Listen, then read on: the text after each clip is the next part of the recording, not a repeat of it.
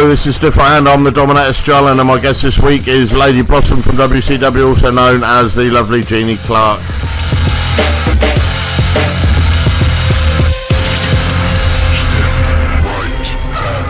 He once punched his mother in her mammary glands. It's angry Stu Allen of Stiff Right Hand. Enough of that bollocks, thank you, and thanks for coming back and seeing us once again. This is Stiff Right Hand with me, Stuart Allen, and my co-wanker, Tony Allen. We're here for another enthralling episode to baffle your mind and boggle your hearts and infiltrate your soul with my verbal mouth spewings. Did you just call me a wanker? No, anchor. Did it cleverly. That was cheap, wasn't it? I did it cleverly, so you wouldn't notice. If this episode comes out on a Saturday, which it might do if our guys know what the fuck they're doing this week, it'll be the day of our show at Battle Memorial Hall. Please come down to support our guys and girls. Battle Memorial Hall, East Sussex. Doors open 6:45, bell time 7:30, and it's the first time in our near 20-year history that we've managed to get enough talent together to put on an academy show. So come and give the guys and girls some support, because they deserve it. Some of them do. That's true. I think it's going to be a really great night. Tickets are going to be available on the door as well. I've reserved a few because I don't know what that venue is going to be like at all. Also, you can still get them from our website, which is eww-wrestling.com, or you can pop into McCaff. You can pop into Scarlett's lovely pink cakery and ask us about some wrestling tickets. Well, if it's shit, we just won't do it again. Yeah. It's quite simple. Yeah. But hopefully it'll be good.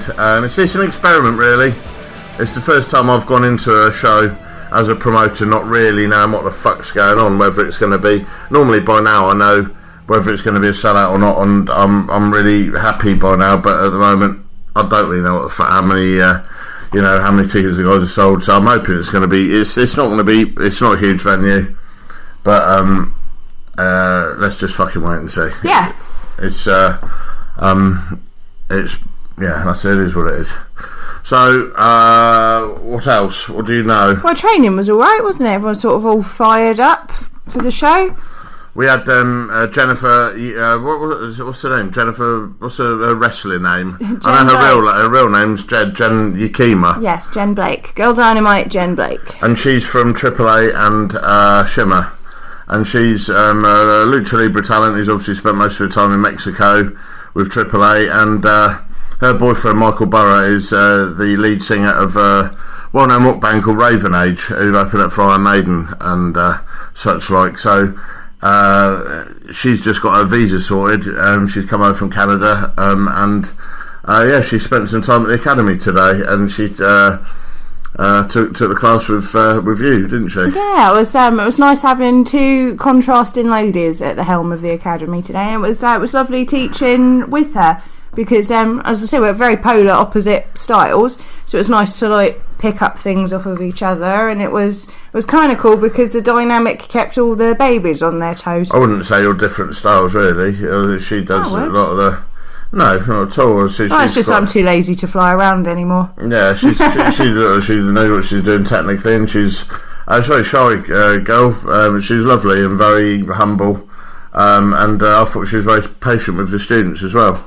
Well, she managed to get some stuff out of the students that even I'd not seen from them, which was impressive. Yeah, she was very calm. Yeah, she was very calm. Very, very lovely girl. I'm screaming at her, like I normally do. Full Metal Jacket, like we're doing. But I look forward to her having more to do with the brand in the future, and even stepping in the ring with her myself. So we'll see what happens. Yeah, she's gonna be back, and she's gonna hopefully be a regular part of our team. But she was awesome, and she'd already had it in her mind that the wrestling school. She'd already told Michael, because Michael, who doesn't know anything about wrestling at all, he's gets off on his rock projects, and he doesn't have anything to do with it. And he said that she told him I was probably going to be in a garage, because most wrestling schools are. And then when they turned up to our lovely Plush Fighting Tigers gym, they were both like, wow, this place is awesome, and really made up with it. So it was nice, and got to see what a friendly atmosphere our boys and girls at the academy exude, and that it is a family down there. So really cool, and a good day. Well, it was, I had to get a bit cross with him with the German suplex thing, because that was dangerous, but... Yeah, we can't have that. Well, just, it was a case that you don't do anything that we haven't taught you, really, and then if they're just sort of doing a little bit of a spar and they get a little bit too rough with each other and start chucking in things that they've not been shown and it's dangerous, well, somebody could have broken their neck, and that wouldn't bloody do, would it? Yeah, if you're an aspiring wrestler and you're listening to this now, or you haven't been doing it for 5 minutes, slow the fuck down. And don't be cock jousting with people. You see this, some of my students, they're great, they're good, but when it comes to doing some freestyle in the ring, they're cock jousting with each other but essentially snuffing at each other's moves, and it's fucking awkward and not to mention dangerous and ugly. I want to watch that shit. You're working with each other. You're working to make something look great, and when you're fighting against each other, it looks like a horrible struggle, and that's not the art of wrestling at all. So slow down, loosen up, and stop that fucking fancy feet shit and all. Yeah, tiny little feet all the time, shuffling about. Fucking stay central in the ring, slow down, and think about what you're doing. It ain't rocket science, it's wrestling. Yeah, and you can use German suplexes when your mum and dad have shown you how. Yeah, and so there you go. That's that. What else? Black Friday's just happened, hasn't it? Yeah, I wanted to talk to you about Black Friday actually, because it really pisses me off. It pisses me off how every American stupid thing that they have has to come over here, and then we just copy them. Yeah, but you do love Halloween. I do love Halloween, but Halloween. Well, no, Halloween's like you can't pick and choose your American things. Oh, I can, because it's paganism. So yes, I can. No. The tradition of Halloween isn't. Not lighting pumpkins and that's where you're wrong, because and dunking apples. The tradition and dunking my nuts in the bath. No. The tradition of Halloween is actually because the veil is thinnest on the 31st of October, so spirits can cross over from their realm into our realm. So people used to dress up in fancy dress in scary costumes to scare away the bad spirits and stop them from sticking around. So. Oh, well, you are, didn't you? So, pagan. Guess I taught you then, really? No, you could have just been making up. I taught you. You know me, dogs will believe anything. You can get on the old Google. Nah, I'm not coming. I know, I like I've already forgotten the whole I conversation. like it when you Google things and I'm still right. That never happens, and it won't happen again now, so Happens I'm not going to Google all the time. So, anyway, yeah, so I fucking hate it when they do that. And also, why is it the day after Thanksgiving? Do you not think it's slightly... I'm thrilled we've managed to string out Halloween for over a month on this show. Look, Halloween's a fucking big deal to me, and you need to accept it. Yeah, you can fucking tell. You need to accept that Halloween is... Stop hovering on the ceiling, come down here right this instant. It's goth Christmas, okay? So, big deal for me. But, why is it after Thanksgiving? So, America spends a whole day being really, really thankful for shit. And then the next day goes and has a punch-up in Walmart over a TV they don't fucking have. What? Oh, yeah, it's true, isn't it? Fucking what? Yeah, that is true, isn't it? Yeah, America, you's drunk as fuck. Go home. That is true. Let's be thankful the next day. Let's kick Doris in the head and have a microwave. Right, what the fuck is that about? Now it's all over here. There's all these videos on Facebook. So there's just old ladies getting trampled in Asda. Because I love doing that. Oh, it wasn't me, was it? No, it wasn't you. Not everything's about you, dear. I trampled an old woman in Boots once. Why did you do that? Well, I used to work in security at Boots, in security. Sorry, that's really funny. Yeah, I was in so I used to spend all my time sobbing. There's mascara everywhere. Why doesn't anyone I used to do security in Boots, and someone had nicked some MAC makeup products, and they were at the Boots don't sell MAC. I wasn't, might not have been MAC, and I can't remember. I'm pretty sure it was MAC. It was really expensive, top high range stuff. Anyways, they were at the end of the store, and I was at the other end of the store, and I'd been watching this guy, and I thought my mate was down near the door, and he wasn't. And they went, Stu, run! He's just because you can't apprehend someone until they've left the store. So they were like, Stu, run! And I wasn't as big as I am now, but I was still fucking huge. So I took off down the middle of the store, and they still, to this day, I don't know if they still have it, but they had the tape of it. They recorded it on CCTV, and I start off running down the middle of the fucking store. And I just saw this elderly woman. She was the only one in the way, and she looked up, and it was like a rabbit in the headlights. And it was on a shiny floor and I was like, no. And she looked up and went, no. And I fucking shoulder barged her, and she fucking went for about 3 aisles. Oh, God. And left one of her shoes behind.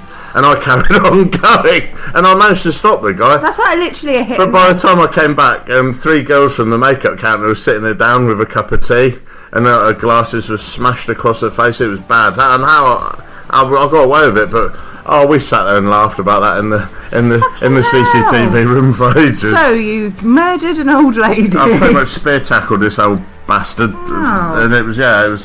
She was in the way of justice. And I am the law. So fuck off, Grandma. So there you go. What were we talking about? Black Friday. Halloween? Oh, okay. Oh, well, the thing is with Halloween... No, fuck Halloween, Black Friday. Black Friday. Yeah. No, it's shit. So you basically... Yeah, I was saying, so I keep getting tagged in it because it literally pisses me off so much that everyone just tags me in it just to raise my ire, I think. But over here, there's been old ladies getting trampled in Asda, trying to get in, and tag me in that. Just to get fucking £3 off a tin of biscuits or whatever. So it's bullshit. TVs by a make that no one's ever fucking heard of. You don't need it, do you? You don't need £20 off of hair straighteners that bad. You've just got to act like a fucking animal. Go home, everyone. No, you're all fucking grounded. Let me tell you. It's an outrage, really. And if it carries on, if this happens again next year, I'm going to be jolly well cross. Yeah, you say that I shouldn't bother with these headphones, but the computer just made a funny noise. Well, I didn't hear it, so who's the first time ever these headphones have come in handy, so there you go. Okay. That's nothing to do. But yeah, no, Black Friday's bollocks. Fucking stupid. And then, of course, it comes over here, and what happened on Black Friday over here this year? There was a faux terrorist attack on the Oxford line, wasn't there? And, oh, God. And then I was alerted to it by people sharing the breaking news thing on Facebook with, shots heard and people, I mark them safe, are you alright? Text me, babe, text me. Fuck off. Mark yourself as fucking safe because you live in fucking Devon, you cunt. There's no way you were going to be on fucking Oxford line. I saw someone said, one of my mates is huddled in Harvey Nicks. Well, fucking grow a sec, you fucking stupid cunt. Let's keep calm and carry on. All it is, like I said, it's no more now than a mug and a fucking apron. It literally means nothing more than that. And people forget what it was all about. And that incident, right? 20 people were fucking injured, not because someone was shooting, because everyone trampling everybody. All that ever happens now is everyone's so out for themselves. They want to trample each other. Like the old wonderful old picture from World War II of the old ladies in that bombed out library, which is still smouldering, and they're standing there not giving a fuck, just carrying on reading their books. That spirit is totally fucking gone now, and all we're left with, if that was nowadays, everyone would be busy looting it. It'd be empty, that library, because there'd be no book stuff, because everyone would fucking be pinching shit. Or they'd be writing long-winded Facebook rants about why the library being blown up has ruined their life. How can I make this global tragedy about myself? Oh, God, I was only there with the kids last week on holiday. Oh, that could have been me. Oh, that could have been me. Do you know what, Susan? I wish it fucking was you. That could have been me and little cunt face McGee. Yeah, little grief hipster cunt family. Fucking cunts. I hate them all. So go fucking come on. We're Britain. Where's the bulldog spirit gone? We're too busy hiding up our own bumholes and trampling on each other and thieving from our neighbours. Fucking come on. The thing is with that, you can't blame the immigrants for that one. No, that's all us lot. That's all us fucking middle class white shitbags. It takes one fucking person as well to stand up in a situation and change the fucking momentum of everyone else, because it's always it defaults to pack mentality. So if one person fucking gives everyone the permission to fucking fight back, then everyone will fight back and be brave. It's mental. But I always said, we always said, that if there was ever an attack anywhere near us, if we're going to fucking die, brilliant, but I'm going to go out a hero. So I'm going to go out a paedophile. Right, so I'm just going to stop you there and say that the paedophile jokes are now in an alarmingly large amount. Well, that's only because I know you need to rein that in. Oh, shut the fuck up. They're only as bad as yours. Well, I'll shut the fuck up. They're only as good as your jokes, aren't they? They're only as good as your jokes. You like him, you really, really like him. Your face was demented, Ben. Your face is demented always. So now I'm going to go out swinging. That's how I'm going to go down. Yeah. doing a Not like helicopter, swinging my dick, putting your keys in a bowl. Yeah, no, that's what I'm going to do. I'm going to go out. Same old. I'm going to go out. A middle-aged sex party. Ooh, that's depressing. Yep. I'm going to go down fighting.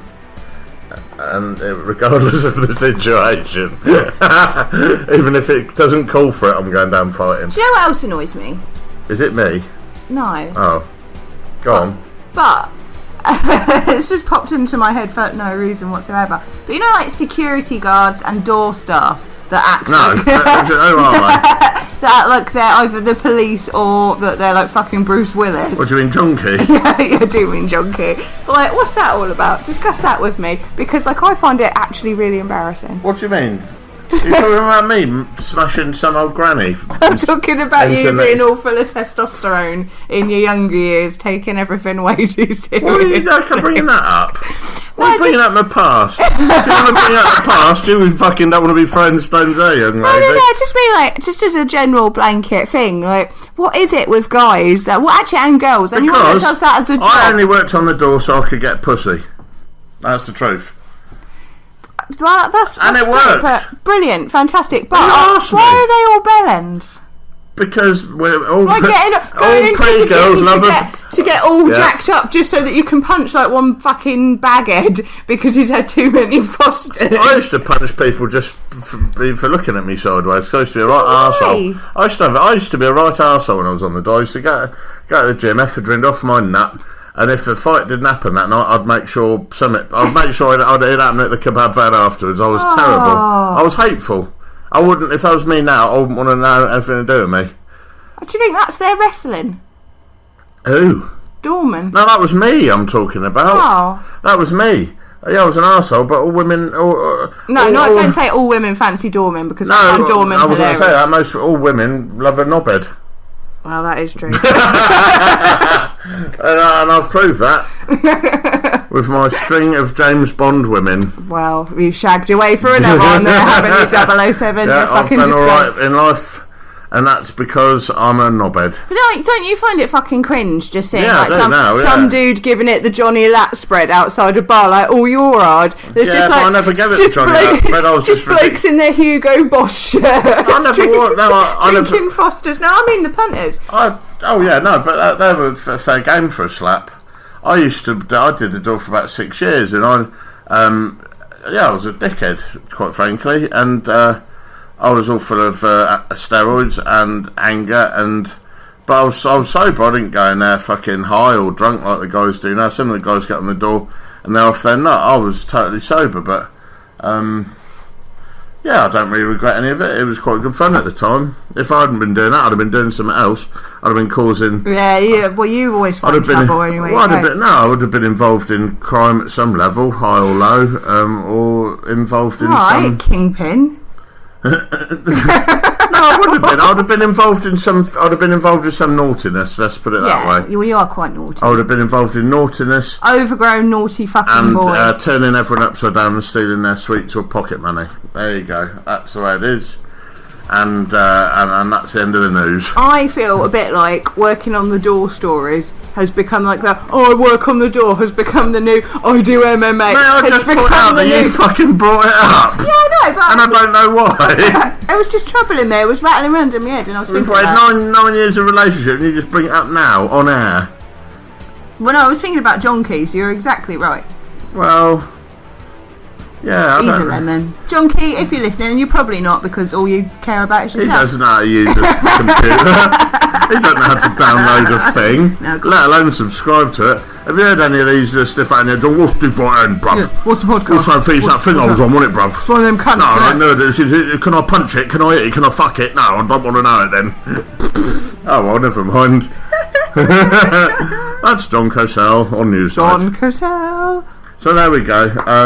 Anything more before we go to Little Man Dan? Go to Little Man Dan. He's going to be on again, and let's hope he's not discussing the nuances of Parker and Rowan, what was he called? Rowan. Oh God, yeah. What was that? Fucking the Bludgeon Brothers. That gave me a fucking the brain Bludgeon tumour. Brothers last week. I got an actual brain tumour. Rowan and Harper. Harper and Rowan. And he went on discussing the nuances of their name changes so many times it gave Tom brain aids. It gave me Forrest Whitaker, That's what it gave me Forrest Whitaker penis. So there we go. Over to little man Dan with our this week's wrestling wrap up.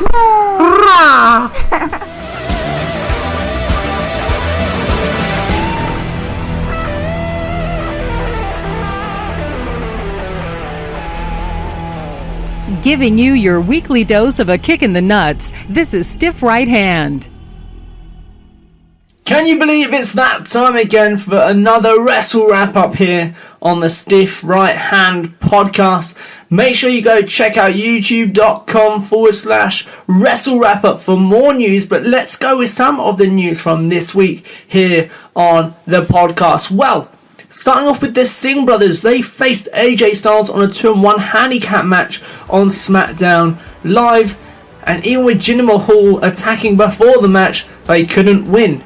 After the match, you would have seen Jinder Mahal absolutely kick the G's out of both of those guys, and it looks like the reason why they got attacked by Jinder Mahal is because that's the way of writing off the Singh brothers from TV, and it looks like the Singh brothers could be leaving WWE. Mike Johnson of PW Insider reports that the Singh brothers are potentially on their way out of the WWE after what happened on SmackDown Live. Only time will tell when that rumour could be true. Will it be false? But I have got a rumour killer for you. Now, there's been some thoughts with a Facebook post that went out on the Florence Civic Centre.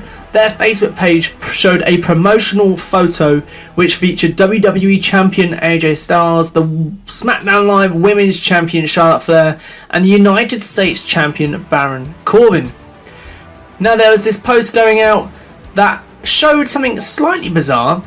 Baron Corbin had a different United States Championship, not the current design, and I've got to be honest, when I saw it, the belt looked very, very familiar. I've got to be honest, that's not the new belt. That belt design seems to be a photoshopped version of it. It was on Reddit earlier on this year, and that was confirmed with PW Insider once again. They said, no, it was around early this year, it's a photoshopped, apparently a little bit of a weird one, made in Pakistan, just a side note. But there is no longer, or there won't be, a new US title belt. That belt is very old. I'm surprised it's lasted this long. Now, you may have heard that Pro Wrestling Sheet even, learn to speak, they reported that Cody Rhodes and the Young Bucks are planning a big Bullet Club wrestling event in 2018, and they want to fill a 10,000-seater arena, and they're going to do it all off their own backs. But who will be in the main event of this show? Well, during a recent appearance on Busted Open Radio, the current Ring of Honor World Champion Cody Rhodes says he has proposed that in the main event he will take on Daniel Bryan. I think that could be an awesome match. They've currently been on Twitter having a little bit of a fuel to the fire, fuel to the rumours, and if Daniel Bryan, his contract expires next year, and he would probably be able to compete at the event potentially.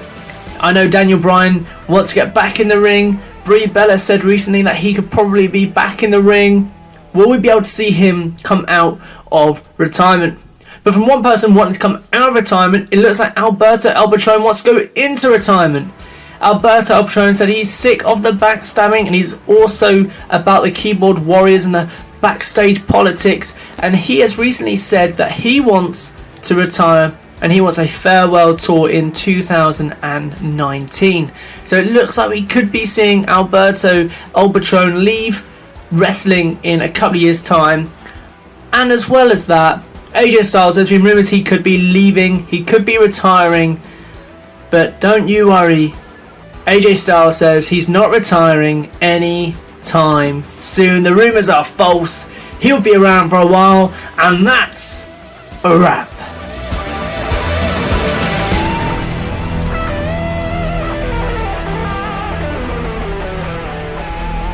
Read all about it.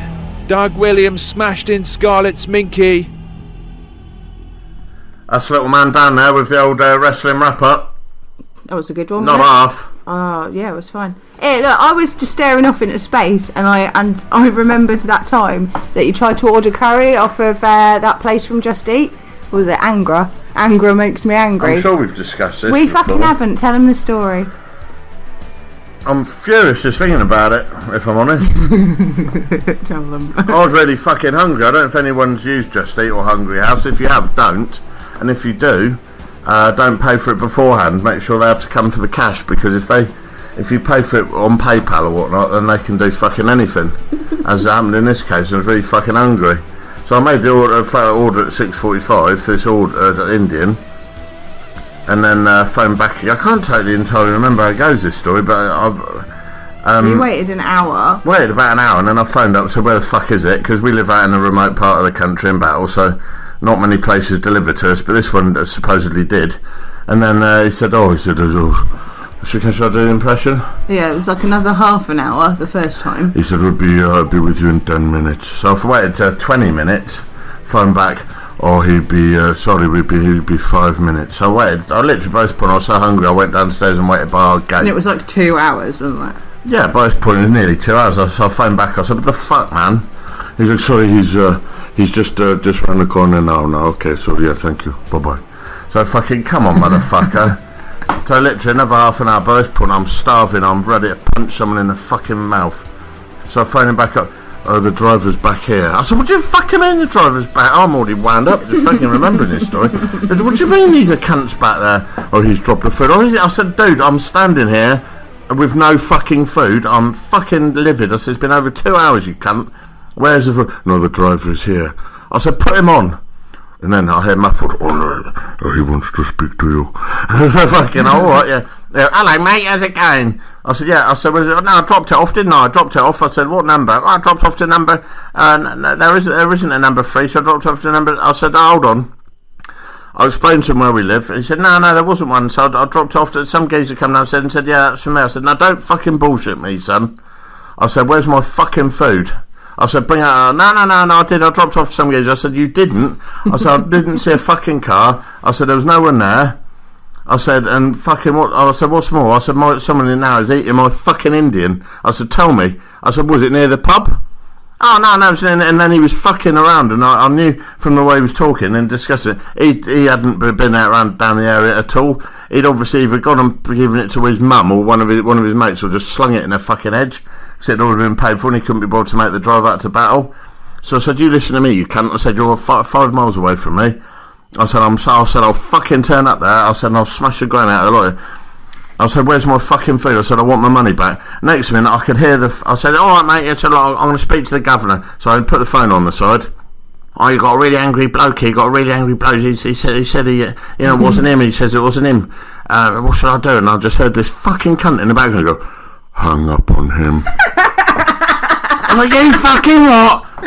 Don't you hang up on me? I said, don't you fucking hang up on me, you cunt. Hung up on him. I don't you fucking hang up on me. And they didn't hang up on me, but what they did was left the phone on the side and carried on working. I could hear pots being cleaned, I could hear phone calls being answered. Hello, Angra. And I was like, don't you fucking order from this place, they cunts, they crooks. Fucking oh, mate. Fucking steaming angry. So, Angra in Bexhill, fuck you. You can't be cunts a week, so that wasn't this week, but you can be cunts of the fucking year, if there's such a thing. Fuck you, Angra. Fuck you. I did actually get my money back. But then I paid them a visit the next day and they were closed. Tell them about the money back lady. Oh, yeah. Oh, no, that's also a bit racist, but I'm going to do it. We're in for so I phoned out, so it's the same company, Just Eat or Hungry House, whatever. So I phoned them out and I said, listen, this has happened. She said, I'd be pissed off too, child. I said, fucking hell. I said, it's a liberty, isn't it? So I explained the whole story. She said, okay, baby doll. She's got all. She was, back to Scott Hall. And she's like, I'd be pissed off too, child. Let me call them. So she phoned them back and then nothing. There's no answer. I said, yeah, exactly. I said, the fucking cunt had hung up on him. So anyway, that lovely black lady, bless her heart, I thought I was going to get a fucking date out of it at the end. But as it was, I didn't get that, nor did I get my meal. And in the end, Tarn cheered me up by buying me a fucking pyramid of profiteroles. and I'll only eat profiteroles if they come in a pyramid. So there you go. Don't ever go to Angra in Bexhill-on-Sea because they're fucking criminals. Tell them what the headline of your TripAdvisor was. It was Angra made me angry. He kept marching in and out of the fucking living room whilst this saga was going on. Only saying, like, in and out, only going, can you fucking believe this? About 800. Can you fucking believe? Well, yes, darling, I can believe it because I am part of this. Oh, the thing that pisses me off when it's scenarios like that happen is like, why won't you be as angry as I am? Because you're angry enough for everyone. Yeah, but why? Yeah, because what's going to happen if I get that angry and all? It's going to make you more angry because I'm angry. You'll never know because it never happens. But I want to see that. I want to see you as livid as I was, and I thought, no, you're really hungry. But then you go quiet and petulant and sullen. I was more angry about you saying fucking. Can you believe it? Can you believe it? Can you believe it? He said fucking hang up on him. Can you believe it? Yes, I can believe it. And then she wouldn't let me drive then. Offered to confiscate my keys because I was too angry to drive. Well, I didn't really offer. I sort of fucking just did. Christ, I'll get that cunt one back one day. I'll tell you, I'm going to take a bunch of the wrestlers in there, and you can be my witness, all you listeners. I'm going to go in there with a load of wrestlers, and we're going to eat that place fucking empty, and just leave. Fuck them. And if anything else happens, I'm going to have a row or moat spree and smash the shit out of everyone in there. Does that mean I've got to turn up with a loaf of bread wearing a hotel dressing gown on? Well, you do that. That's how you always turn up everywhere. Because that's how I turn up to friends. So fuck me up. Thanks, now my blood pressure's up. I love that story. Do you want to introduce the next guest? Fucking alright, Larry Grayson. Oh, wow. Yeah, my next guest is, she's wonderful. She's she was my old pin-up actually. When I was a kid, my posters of Lady Blossom looked like a painter's radio. Aww. Yeah, I used to pull my digit all over hers because they're lovely big round hooters. But she's lovely. She's an English rose. She's married to the legend Stone Cold Steve Austin, and her two daughters they're his daughters also. And she's written a wonderful autobiography all about her life, and I want to talk to her right now. So here we go. Is my special exclusive interview with the one and only Jeanie Clarke. Hang up on her.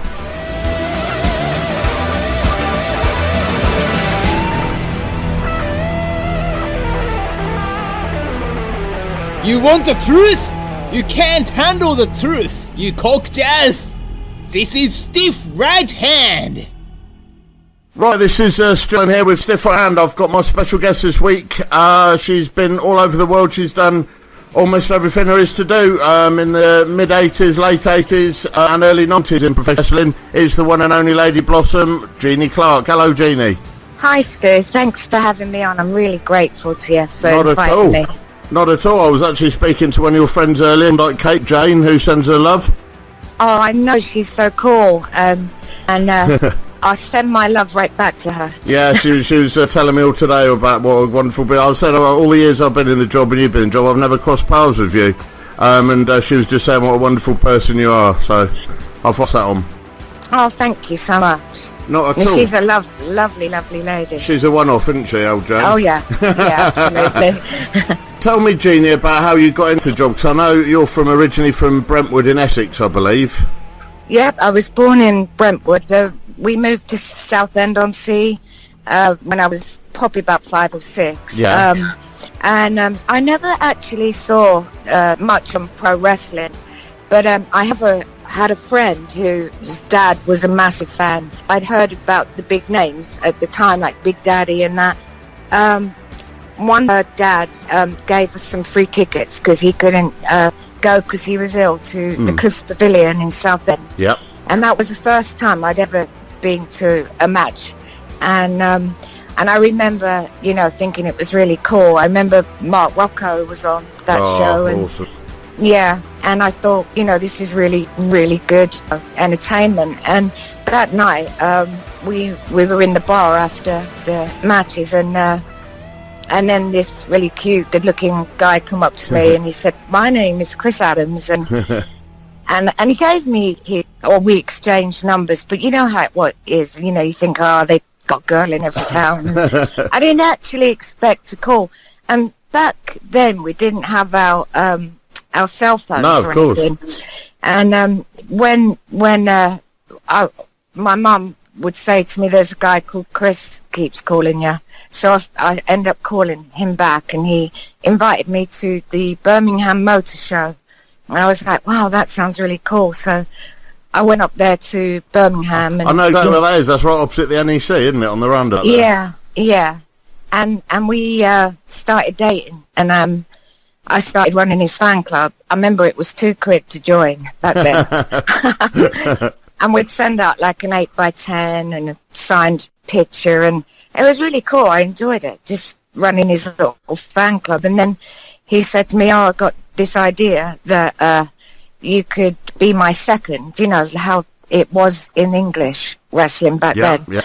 And I had this little job of, in between the rounds, to come and give him his water and his towel, and that was really cool for me, because I was only 19 and I was getting to travel all the halls of the UK, so I was super excited. Because before you got into wrestling, you were a model, I understand. I did not before. I did do some modelling when I got to Los Angeles. That was after we. Yeah. I thought that was okay, cool. Because I remember, I mean, you did a lot of work with Chris for Dale Martin around that time. Is that right? Yeah. I remember my biggest memory would probably be Bellevue. Do you remember that? Yeah, of course I do. Yeah, fantastic. And it was a match with Mark Rocco and Chris, and Mark Rocco chased me around the ring, and I got to slap him, and I just remember the crowd just going like really crazy, and I was like, wow, this is like amazing to be part of, you know, because I wasn't a worker. I was just like an attraction, I guess. Yeah, I mean, Chris, well, both and Mark Rocco were both ahead of their time wrestling-wise. I remember Chris obviously was big into martial arts and a huge influence on a lot of other younger guys breaking into the job. So at what part in his career did you guys get the call to go out to the States? I had only been working a year or two, and a guy came over from, I'm going to say 100% sure, his name was Yasu Fuji, and he was doing work over here, and because they're both martial art guys, because judo guys, Yasu Fuji had worked for NWA Hollywood out in Los Angeles, and that was run by two judo guys called Gene LaBelle and Mike LaBelle. Gene LaBelle, phenomenal. And it was the action that kind of got Chris' foot in the door in the States, because these guys were judo guys. So, and they knew his brother Neil, who did phenomenally well in judo, because he was. Do you know what? As I've always done, Neil Adams, phenomenal Olympic judo. I never knew that. I never realised the connection. Yeah, and Chris amazing. Was really good as well. Chris was on the Olympic squad. I mean, obviously Neil was, you know, better at judo, but Chris was really, really good, because he was still on the Olympic squad. But he didn't, you know, do as well as Neil. But, yeah, I remember Neil Adams. Wow, that's amazing. Yeah. So you guys went over. Did you go straight to? I mean, crikey, that must have had an interest on the UK. A lot of the UK workers to have had Chris, who had been in the job literally 5 minutes, getting the call to go to the States. How did they react to you guys because of that? Do you know, I really can't answer that question, because Chris never said. But I think like the closest guys to Chris would have been Banger Walsh and John Turpin. Yep. Because we were all from living in Leamington Spa, and I think they were very for him. Good. And because they kept in contact, and Banger and Chris were in contact all the time, right up to his death. So I think they were just all really happy for him. And like I say, it was just because of the judo connection. And we had a little flat in Leamington, and we had a little bit of money saved. But what we didn't know is when we got to Los Angeles, he only had one jobber once a week for $40. Oh, blimey. But it was that's where the modelling came in, because that, you know, something I did to us out. But soon he got more spot shows like San Bernardino and a few other spot shows. We were pretty poor for a while, and we even had to sleep on the beach a few times. So do you know, at 19, being on the beach, and it was still great. I was going to say, it's not exactly Margate, is it? Yeah, do you know, but I mean, you know, you're just like, wow, you know, I mean, the, you know, beautiful sunshine, and you're so young, you don't really care, so. No, and then I did make quite good money doing modelling there, but it wasn't really that long until he got an invite to go to Mexico, so and then to Portland, to the territory up there. So, you know, we managed to save some money to buy a car, but for a few months we were really poor, but we were really happy. Yeah, so, well, I mean, what was it true at one point? I know you guys went to Mexico. Did you ever come across Adrian Street and Linda? Oh yeah, Adrian actually stayed with me for quite a while when they came to Dallas, where we lived, and he got to make me some paella, because Adrian doesn't like anyone cooking for him. No, tell me about it. With him for 2 years. and he's a brilliant cook, and we went to the shop and we bought all the ingredients, but I think he likes to eat only what he cooks for himself. But, very clean, yeah. Yeah, but I was really grateful to Adrian as well, because he did a little quote for me for my book on those days, and Miss Linda, of course. I knew he used to speak about you guys when I was in Pensacola with him, but I couldn't remember at what point it was you got together, whether it was Mexico or whether it was America. It was, he may have been in Mexico, because I was pregnant some of the time, and when I went to Mexico I got really ill because drank the water, and being very pregnant I had to fly back to LA, so he may have come through there when I wasn't there, but I knew he was working in Dallas for a little while. So, of course, the first time that American fans would have seen you probably on TV would have been in the USWA, is that right? Yeah, I did do a couple of little entrances in LA, just similar to what I did in World of Sport. I don't think that was televised, but mainly it would have been when Chris and I, we went to Portland. We did split up, but we were still good friends. And then Chris came up with an idea to do an ex-wife angle, is what they called it. Yep. And he asked me if I would do that, and that angle was really hot, you know, so that was fun as well. I remember that, because I remember that's the first time I remember seeing you was in the USWA, and like I say, you guys were a big draw there. Was it a good time for you? It was really fun there, because I lived in Dallas, and they only did the TV taping on a Friday night and a Saturday morning, and I had a regular job, and I didn't have to go on the road or anything, but the Sportatorium just had such a atmosphere. I think everybody's been through there. I know Mick Foley went through there, and The Undertaker. Lots of people all went through that territory, and it was really fun. And there wasn't the politics, if you like, of some of the bigger places, you know. So, but yeah, we had a great time. I always say some of those old, wrestling now is so diluted compared to what it was and watered down. But when you see some of the footage from the Sportatorium, the noise that those people made, it was mind blowing, wasn't it? What was that like being amongst that? Yeah, the fans were awesome. They were hardcore fans. They really believed, didn't they? Yes, yeah. And Chris, he would, give me these lines, and I'd go, oh my God, I've really got to say that. And he really wanted me to act like a real stuck-up. He told me to watch Dynasty. That was a show. Yeah. With Joan Connor. I remember it very well. And he said, he said, dress like that, act like that. And I watched a few of the shows, and he'd say, just tell them this and that, and I'm from royalty, and you guys are from a small town, and they throw Cokes on me, and they throw popcorn on me, and I had to have guys walk me to my car because they took it really seriously, So. Well, you're doing your job right.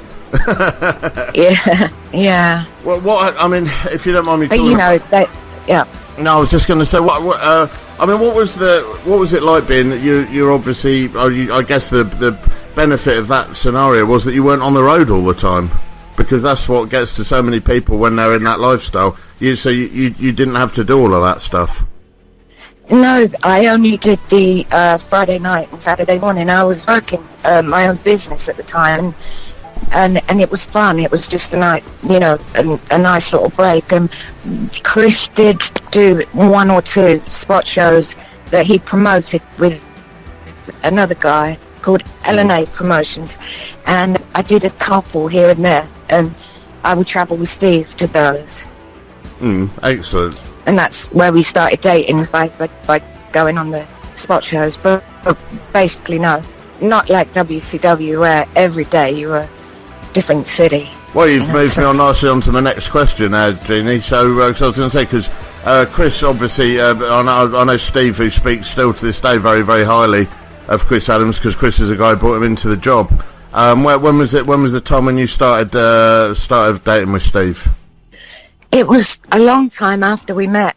Steve was very aloof when I met him, actually, because I remember Chris and Tony saying to Steve, we're going to do this angle, and I don't think he was all that happy to do it, really. I think he wanted to stay on his own.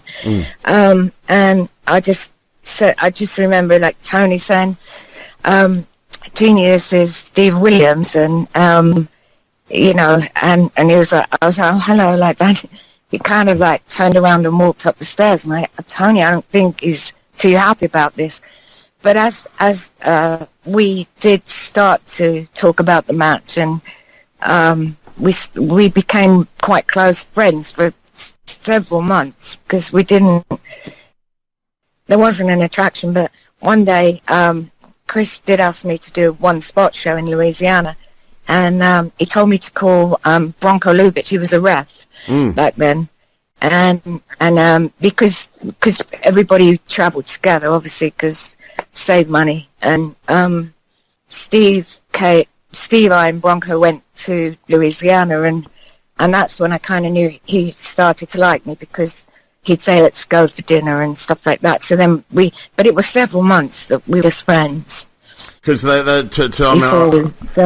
remember that time the guys were feuding, they just to add a little bit of extra spice into it, they used to call you Chris's ex-wife, Jeanie Adams, didn't they? Yes, yeah. To sort of try and add some extra dimension into it. We're so sad to end. Yeah. And it was sad, because we know that the promotion was going to close down, because we had like a lot more to do with that angle, because Chris was trying to keep that going for a good year, and all of a sudden, like, we go in one week and then it was gone the next week. That was when Jerry Jarrett was running it. Not Fritz von Erich. And then it just was gone. It was really sad. It was so sad. I remember seeing the pictures with. It was great. Yeah. Yeah, seeing one of the Von Erich boys just standing in there, and that sportatorium just run down and rats everywhere. It was just horrible. So sad. That must have been weird. Oh yeah, I saw that. It was Kevin called Heroes, right. I think. That's the one. Or something. And he was walking through. Do you know what? I got absolute goosebumps when I saw that. Yeah. And he said, "This is the desk," and I said, "Oh my God, I can remember Chris sitting behind that desk when he was running his wrestling school and stuff, and it had a fire, I think, and." Yeah, and a lot of homeless people were staying in there. Wow. And he was sort of walking around saying, this is where I had a picture on the wall. It was really spooky, quite haunting. I'll bet it was. I mean, what an incredible thing to have done, to have been in that real golden era and lived through all of that. That must have been mind-blowing. Cool. Moving on to WCW. Can you tell me when did you start there? Was it the beginning of 1990? Yeah, it would be around 1990, end 1990. Basically what happened is that Steve went to Memphis to work, and I carried on doing my business that I was running. And what happened was Magnum Terry Allen called the house to ask for Steve, and he was gone at the gym or something. And he started chatting to me, where you from and stuff, and what do you do? And I said, I actually work with Steve for World Class. And he goes, could you send us some tapes? I didn't ask for a job, it just kind of came to me. But they did put Steve with a girl called Vivacious Veronica. I never met her or actually saw any of her work, but I don't think Dusty liked the chemistry or something between them. And they were looking for somebody else, and I just happened to answer the phone, and then Magnum said, okay, can you go to Houston and meet Dusty in a couple of weeks? And I went to talk to Dusty, and then Magnum phoned and he said, can you be at TV in 2 weeks? So it all happened so quickly. And Dusty said, your name's Lady Blossom, and I was so disappointed. I was like, oh no, I hate it. But I don't know, so I just thought it sounded horrid. So how was your... later on, I said... Yeah. Oh, no, sorry. You can hear me all right? Sorry. The light keeps breaking up a little bit. Yes, yeah. Now, how was your... You obviously had a good relationship with Dusty by the sounds of things. Yeah, I did. I had a really good relationship with him, and they did have me taking bumps there with... I remember a couple with Dustin Rhodes, and I had to jump on his back, and he threw me onto the mat, and a couple with Ron Simmons, and he charged into me. None of them hurt me, but Dusty would always say, oh my God, are you okay? Because I was holding onto my leg or my arm or something, just trying to sell it, and he really thought I got hurt, and I didn't. But he was really nice, yeah. Awesome. Really nice person to me. I want to talk a little bit about your book, Jeanie, because obviously we want to try and get you to some of our shows here in the UK. And I know you work closely with Neil on your book. Yeah, and Neil got a fantastic interview with Kevin Von Erich, who did the foreword for me. And I couldn't believe it that he got such a long interview, 5 pages, and I'm really grateful to Neil for his help with it. That's fantastic. Could you tell us a little bit what made you decide that now was the time to tell your story? Well, I hadn't really spoken to anyone in the industry for many, many years, mainly because I had an addiction problem when I was in rehab, and I am open about it because I think that the horror of it was therapeutic for me as well, and I didn't want to sugarcoat the horror of addiction because hopefully somebody would be put off of it, and I had this addiction, but I went into rehab, and in rehab we had a lot of counselling, and a lot of it included writing things down. And when I came out of rehab, I had 3 or 4 notepads full of everything. I'd gone back into my childhood, I'd gone back and through my journey through the wrestling industry and my addiction, and I happened to say I think I would like to write a book, and I got a from Neil, and we met up, and basically it was very therapeutic to talk about it and make amends with people as well, like my daughters, and that was the reason. I didn't actually expect anyone to read it, if I'm honest. I wanted to write it. Well, it's wonderful. For myself. It's wonderful. A lot of people hadn't heard from you in a long time, and then the first thing I heard, because Neil used to work for us at EWW, and he told me about this book, and so I got in touch with you because I was so excited to hear your story, and it's the fact that you've come out there to do that, to potentially help other people. I find it's awesome. Yeah, a lot of people say, "Oh, you're really brave," saying, but addiction is bad in the States, and I never saw any of it in the UK with World of Sport. It was very bad in the States, so many people have died, women as well. A lot of people, 70 or so. I think Neil would remember that because he wrote that. But I think that. To say, oh, you know what, I had a bit of an addiction, I went into rehab and I'm okay now, it wouldn't really tell the truth, and it was a long time I was an addict, and it's very progressive, so you start a little and it gets worse and worse, and obviously a lot of people OD, so I wanted people to know how bad drugs really are. And I'm 4 years clean now. That's awesome. Now, so yeah. That's awesome, man. Well, like I said, I've had my problems with substance abuse over the years. So to me, you know, I find that incredible, and it's a wonderful thing that you've done, and you know, incredibly impressive that you've come out and to do that now. So I wish you all the best with your book. How have you been received on the UK circuit with the book?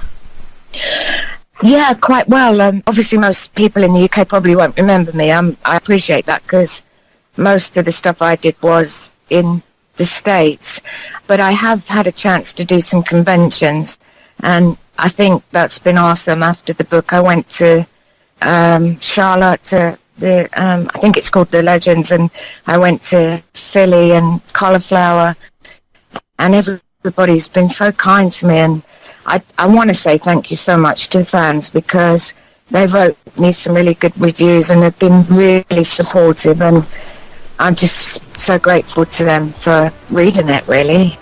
Well, like I say, it's wonderful. Like I say, you've done a huge amount in wrestling, far more than you probably even realise. So, like I say, you should be very proud of that. Thank you. Like maybe I can come. We'd love to have you down. We'd love to have you anytime. I would love that. And I would be very, very grateful that you would invite me, and I'd love to come down. Can you tell us, Jeanie, before, because I'm going to let you go because you've given me so much of your time already, and I really appreciate it. Can you tell our listeners where they can get copies of your book, please? Well, if they'd like it a signed copy, they can contact me on my Facebook, Jeanie Clarke or Jeanie Williams, and I'll be happy to sign a book and mail it out. It's also available on Amazon.com, Amazon.co.uk, and on Kindle, if they'd like to get it there. But it's actually a better deal to get it from me, because I don't charge as much for it. So. Well, that's awesome. I get the books from them. Yeah. Well, thank you so much for your time, Jeanie. It's been an absolute pleasure to talk to you. And like I say, if we don't get a chance to meet up at one of the reunions, then we'll invite you down to come and stay with us in East Sussex and just get a change of scenery and come to be on one of our shows. It'll be a pleasure to have you. Thank you so much. Lots of love, and I'll speak to you soon. Lots of love. Bye. Take care. Bye-bye.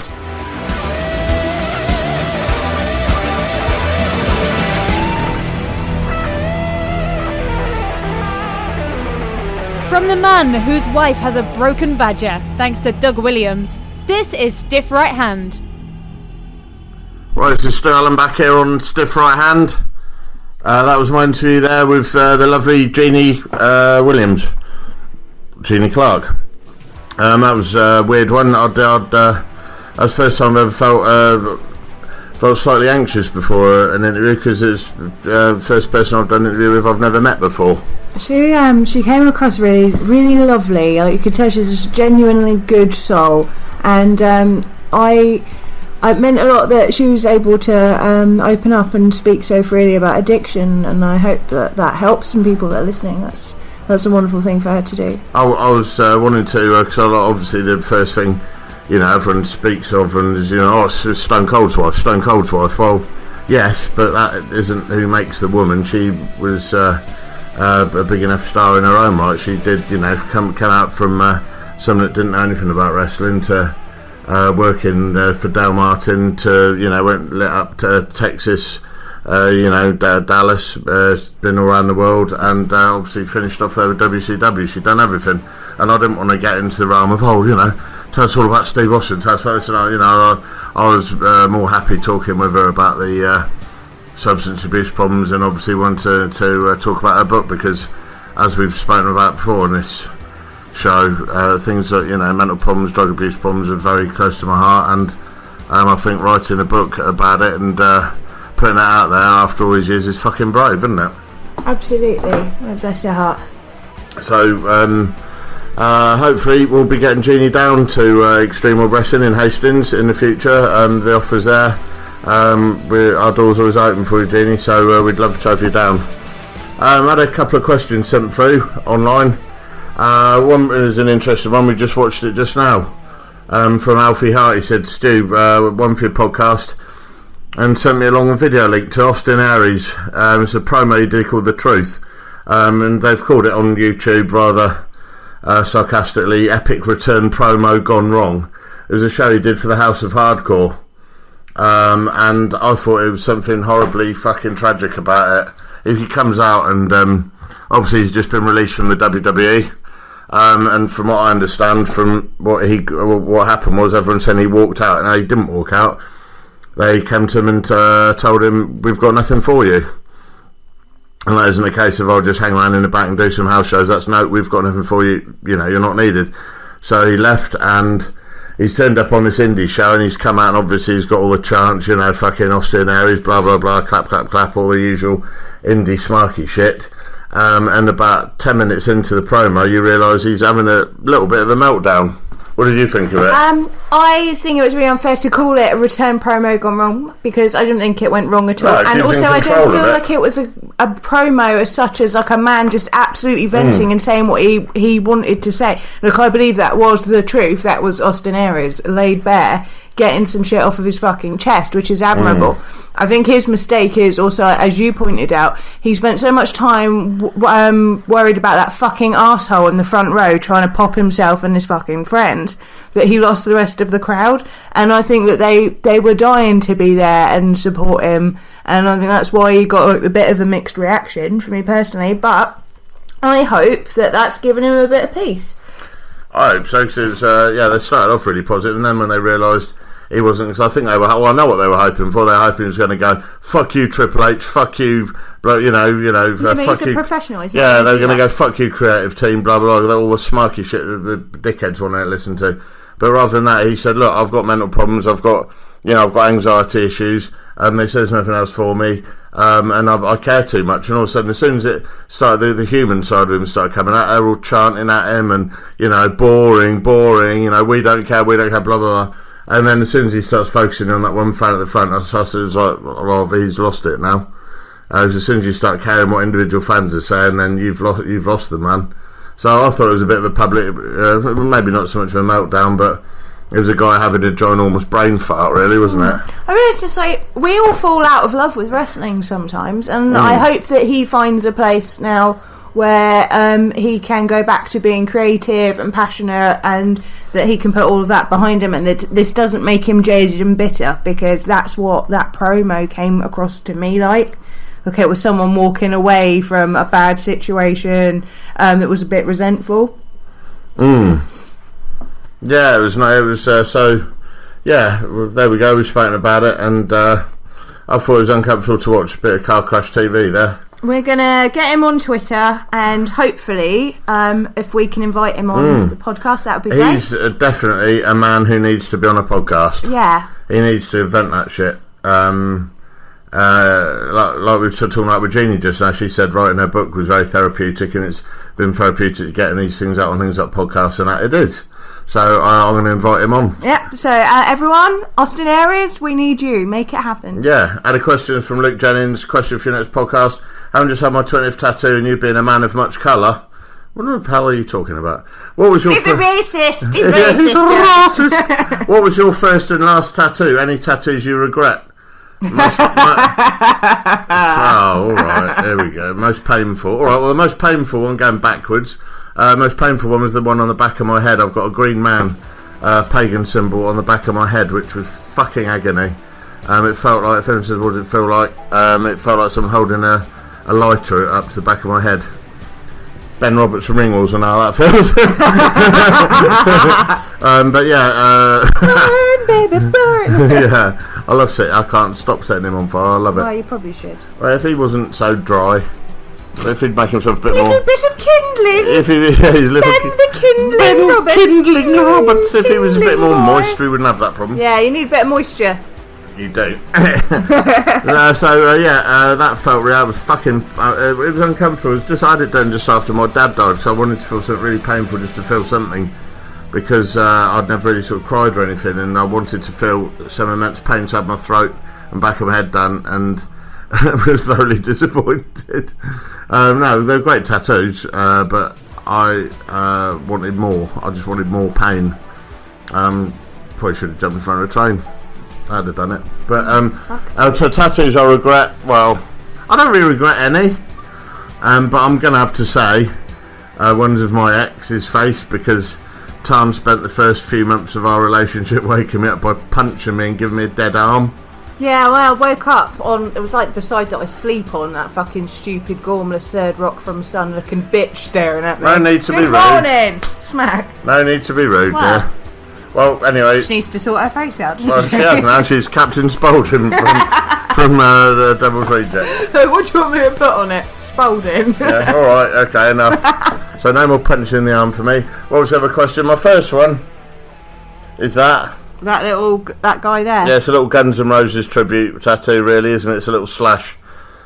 It's Guns N' Roses-esque. It's Guns N' Roses-esque. It's a skull head with... It's got a little bowler hat on. He's got a bowler hat on and flames in the background. It's very fucking 80s. Yeah, it is.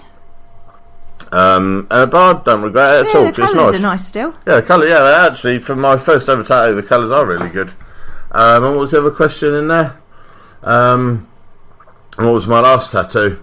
My stomach one, which is ongoing due to the size of my stomach. And another question: how did you being on Distraction come about? What was that prick Jeanie Clarke like? And did it lead to any more bookings? Yeah, it led to a shitload of bookings. Came about because Drew McDonald got fired off it for calling someone a cunt or dropping someone on their head. I got the job, and then I'd ended up dropping someone on the head, but they liked me, so they kept me about.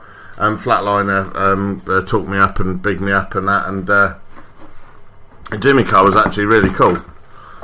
We did 2 or 3 episodes of them, got paid really well for it. He asked us back for season 2. They're still showing it today on Challenge TV, so they don't get any royalties. But it was a lot of fun. Me and Flatliner didn't have to go in the green room with all the fucking idiot cast and crew. We were allowed back in there with so we got to meet like Jonathan Ross and like Kylie Minogue was in there and this and that, and we terrorised Bruce Forsyth as well. Flatline literally chased him down BBC TV saying, Brucey! And made his lovely wife, who's Miss World, made her stand and take our photographs while we had dear old Bruce Forsyth in a headlock. It was good times, really good, yeah, crikey, that was about 14 years ago now. It's well old. So I can't even think of a cunt of the week this week. No, I can't think of one either. But do you know what? I did want to, speaking of cunts, I just want to bring up that Sexy Star's in a bit of trouble again. Oh, I'm not saying she's a cunt. I'm saying everyone that has shared this bit of footage, this particular piece of footage of she's doing a match. I didn't even really care to find out who it was, but the girl gives her a bit of a fucking sloppy kick, and it seems like she loses her shit and gives her a bit of a pacing, just like lots of forearms and stuff, and everyone's like, oh, Sexy Star's shooting again, get her out of the ring, ban her from the business. And I just wanted to fucking reiterate what I said the last time it happened, which is nobody knows her fucking intent except her.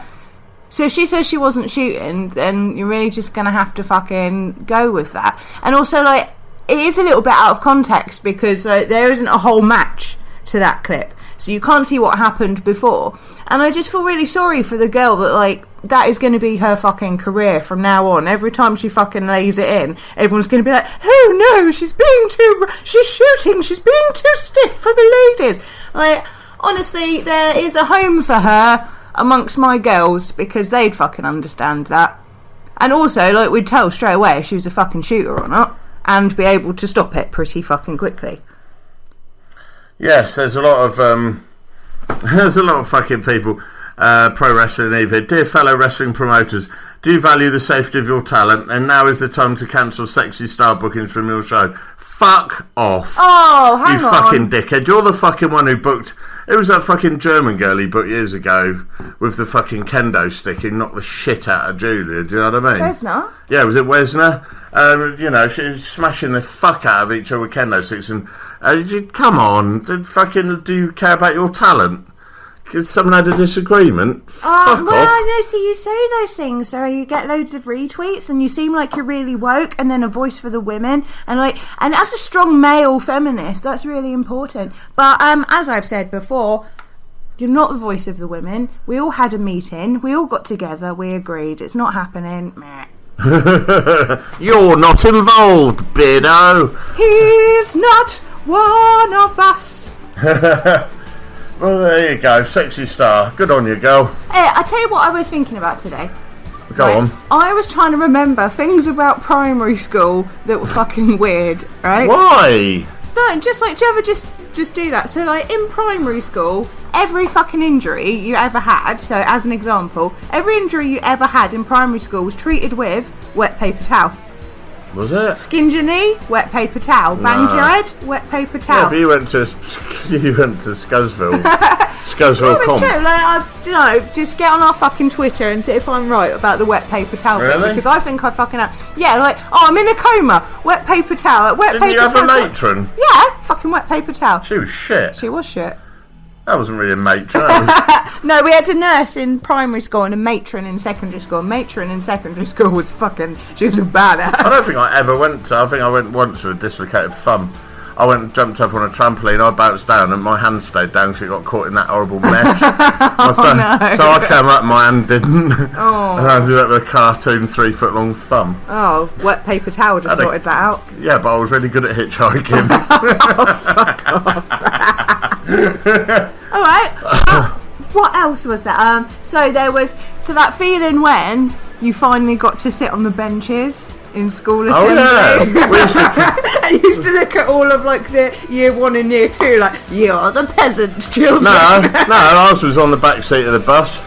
So yeah, it was on the back seat of the bus. Yeah, year 4 you could sit on the back seat of the bus. Or you had a bench, it was the hard man bench at school. Oh look, it's the hard man bench. One of my best memories from school was probably me and Martin Stevens used to have a fried bogey collection at the back of maths class. And he had his one side, he had about 8 and I had about 12. And we had fried bogies. And I'd love to know. They ended up actually, you couldn't remove them, they were welded, they were part of the radiator. Oh, that's disgusting. So it was like just had a bumpy, it like had a sort of like a little sort of fringe to it, which were all our bogies. Oh, do you know how to sorted that out? What? Wet paper towel. Oh, shut up. Plimsolls. Oh, I like the old squeak, squeak, squeak, squeak, squeak, squeak. They were so fucking flat and they stunk as well, and they're all like elasticated on the top. Like when? Oh, in your life, do you mean those black ones? Yeah, when in your life? I bet you looked alright. I'd love to see your stupid banana feet with those around in fucking squeaky, squeaky, squeaky, squeaky. Looking like a right twit. Playing Red Rover and Bulldog in PE. What's Red Rover? Right, well, it's where you all have to hold hands, and then you say Red Rover. So say, send Stu right over, and then you have to run over and run through the hands. But like loads of kids would get like dislocated hands and like broken wrists, so they'd have to go see matron for wet paper towel. Your school was crap. I think I went to the school you burnt down? Bash Street's school. What else is there? And like, having to sing hymns. Like, I never had to sing hymns in fucking secondary school, not once. In primary school, loads. Oh, we used to have to sing hymns and take it really seriously, but then my mate Mark Edges brought in, I think it was Mark Edges, he brought in a giant whoopee cushion and he just let off and then it's pass it on. So the teachers come running around to try and find this whoopee cushion, but they couldn't. By the time they got to the back, it was down the front. And kids go wham! All over assembly. But I bet you could think of, just off the top of your head now, a hymn that you had to sing in primary school. Go. Yeah, I can. Do it. No, I'm not going to do it. We plough the fields and scatter the good seed on the land. And other things I jerked off in my hand. Oh, God. Any good? Right, what did we have? I was cold, I was naked. Were you there? I was cold. I bet you laughed at that, but someone being cold and naked. Every time we said naked, with your like... I was cold, I was like... And we'd have to keep starting the song over and over until we stopped laughing. Just sitting there with tears in your eyes. Fucking hell. What else? And, ironically, all school friends ended up homeless. Yeah, that's true. And there was another one that was I'd like to teach the world to sing. And there was a bit that was and furnish it with love. And we used to sing and furnish it with love. For fuck's sake. Oh, Christ. I just remember volleying a football at a school canteen window and hitting it, and then it just caving in slow motion. It didn't break. It tipped. The window tipped inwards, and looking at my mate Colin Temple going, "Help me!" and then running away. Then I was going to get the fuck knocked out. Do you remember when a dog used to run into the playground? Yeah, that is a true thing. That did happen. Yeah, and wasn't that the best day of your life? Yeah, a dog did run in now. once. When a dog came to school, yeah. that's the best thing. What do you mean even now? I don't go to school. What are you on about? And like telling fortunes with like those paper fucking things. Like 1, 2, 3, 4. Like you have to obey the A4 piece of paper. And do you know what else I remember about fucking primary school that never happened in secondary school was when weird theatre groups used to come in. Stop it. When these theatre groups used to come in and do assemblies with meaning. Yeah, like Legs Akimbo. Like Legs Akimbo. We had a bunch of fucking hipster looking. We had an anti-drugs one. And we had one, and there was one of them. It made me interested about drugs, if anything. Well, yeah, one of them came in and he had like a really shit, scraggly fucking his head, it looked like a bear trapper's hat on, do you know what I mean? Or was it a fucking Alabama top hat, as Jonky calls them? A scraggly mullet, and he was called fucking Skyhawk or something. Oh no, Peregrine. And all the kids had tambourines, and it was shit. It was just, oh, fuck off, you fucking cunt. Yeah, audience participation, even at that young age, made me anxious. I can't be doing with it. Can you just fucking stop doing that? It's good I've given up smoking. Well, it's gross. What was you telling me? I didn't ask to be born. Well, you have been, so stop doing that. So how about How about what? Don't flip me off. How about what? That's so petulant. You were telling me the other day about a school round here that's having one of those assemblies with puppets. Yes, one of my friends at work. She's not a friend, she's one of the ladies I work with. She told me about her kid who's gone to school, and her daughter said that she had been 14. I'm coming home today, Mum, because we're doing there's a puppet show on radicalisation. What? Where can I see this show?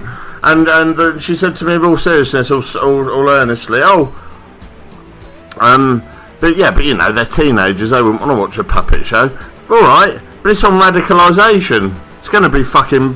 Who's doing it? Trey Parker. It's going to be fucking amazing. But that's part of the syllabus now, is anti-radicalisation. That's actually part of the syllabus. Astonishing. Astonishing, even more so, that it's been told by puppets. So there you go. That's that. And that's all from this episode.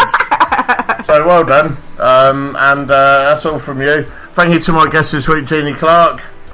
And what would you want?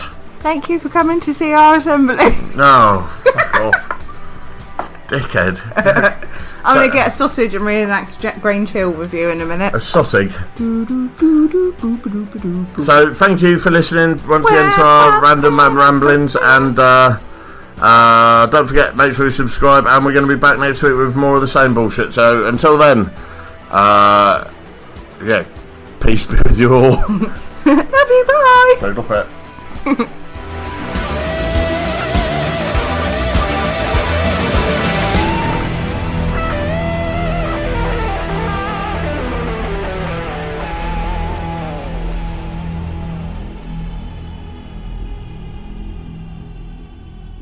If you have been affected by another subject matter or topics covered on this week's Stiff Right Hand podcast, please call 0800 Go Fuck Yourself.